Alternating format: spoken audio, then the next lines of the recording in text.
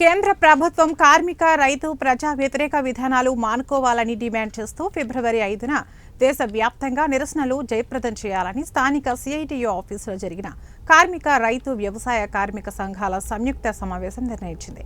కేంద్రంలోని బీజేపీ ప్రభుత్వం వ్యవసాయ రంగాన్ని, పారిశ్రామిక రంగాన్ని కార్పొరేట్ శక్తులకు అప్పచెప్పడానికి అనేక కొత్త చట్టాలు తీసుకొస్తుందని, వీటిని వ్యతిరేకిస్తూ కిసాన్ సంయుక్త మోర్చా కార్మిక సంఘాల ఆధ్వర్యంలో దేశవ్యాప్తంగా ఫిబ్రవరి 5న నిరసనకు పిలుపునిచ్చారు.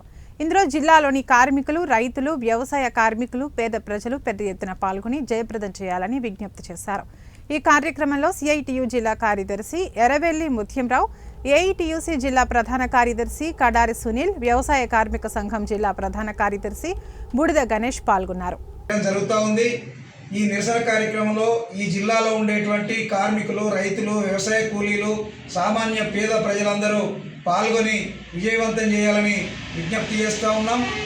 నరేంద్ర మోడీ ప్రభుత్వం అధికారంలో 10-11 సంవత్సరాల నుంచి పరిపాలన చూస్తే మొత్తం ఈ దేశంలో ఉండేటువంటి ఆర్థిక వ్యవస్థను పరాధీనం చేయడం, ఈ దేశంలో ఉండే ప్రభుత్వ రంగ సంస్థలన్నింటినీ ప్రైవేట్ చేయడం, కొత్త ఉపాధి లేకుండా, కొత్త ఉద్యోగాలు లేకుండా నిరుద్యోగాన్ని పెంచడం, అదేవిధంగా ధరలు విపరీతంగా పెంచడం, అదేవిధంగా పెట్రోల్, డీజిల్ వీటి మీద కూడా రాష్ట్ర ప్రభుత్వాలకు వస్తున్నటువంటి ఎక్సైజ్ సుంకాన్ని రానియకుండా దాన్ని మార్చి ఈరోజు సెస్ పేరుతోటి కేంద్ర ప్రభుత్వం కొల్లగొడతా ఉంది.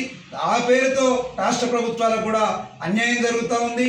ఇట్లా ఏ రంగం చూసుకున్నా ఇటు కార్మికులకు 4 లేబర్ కోడ్లు ఇచ్చి యజమానులకు బానిసలుగా మార్చడం, రైతులు పండించినటువంటి పంటకు కనీస గిట్టుబాటు ధర కల్పించమంటే దాని గురించి మాట్లాడకపోవడం, వ్యవసాయ కూలీలకు 200 రోజుల పని దినాలు పట్టణ ప్రాంతాలకు విస్తరించేయడం, కనీస వేతనం 600 రోజుకు నిర్ణయించాలనే డిమాండ్ను కూడా ఈ ప్రభుత్వం పట్టించుకోవట్లేదు.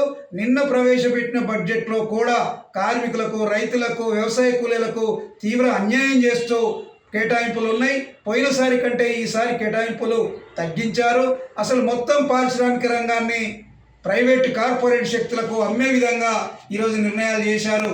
అట్లాగే తెలంగాణ రాష్ట్రానికి రావాల్సినటువంటి నిధులు కానీ, విభజన హామీలలో భాగంగా రావాల్సినటువంటి నిధులు కానీ ఏవి కేటాయించకుండా ఈరోజు తెలంగాణ రాష్ట్రానికి కూడా కేంద్రంలో ఉండేటువంటి బీజేపీ ప్రభుత్వం తీవ్రమైనటువంటి అన్యాయం చేసింది.